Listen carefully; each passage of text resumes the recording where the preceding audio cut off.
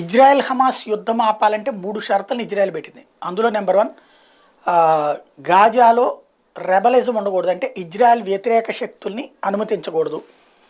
Hamas తీవ్రవాదుల్ని తమకి పట్టి అప్పజెప్పాలి, Hamas తీవ్రవాదుల్ని అంతం చేయాలి. మూడోది, ఇజ్రాయెల్ భూభాగం మీదకి ఈ హమాస్తో కూడినటువంటి పాలస్తీనా నుంచి ఎలాంటి థ్రెట్ ఉండడానికి వీల్లేదు. చిట్ట చివరి వాడి వరకు కూడా లొంగిపోవాలి, హమాస్ తీవ్రవాదులు లొంగాలి లేదా అప్పజెప్పాలి.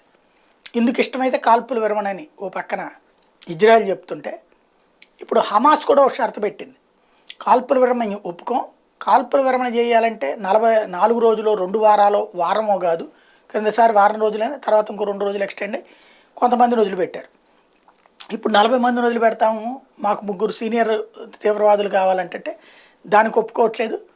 ఫైనల్గా వచ్చేటప్పటికి క్లియర్గా ఇజ్రాయెల్ చెప్తున్నటువంటి అంశం, తాను చేస్తానన్నది చేసుకుపోతానని, హమాసే తగ్గాలన్నట్టు. హమాస్ తాము ముందుకు పోతాం, తగ్గాల్సింది ఇజ్రాయెల్ అనేది తేల్చి చెప్తున్నారు. ఏం జరుగుతుందో చూడాలి.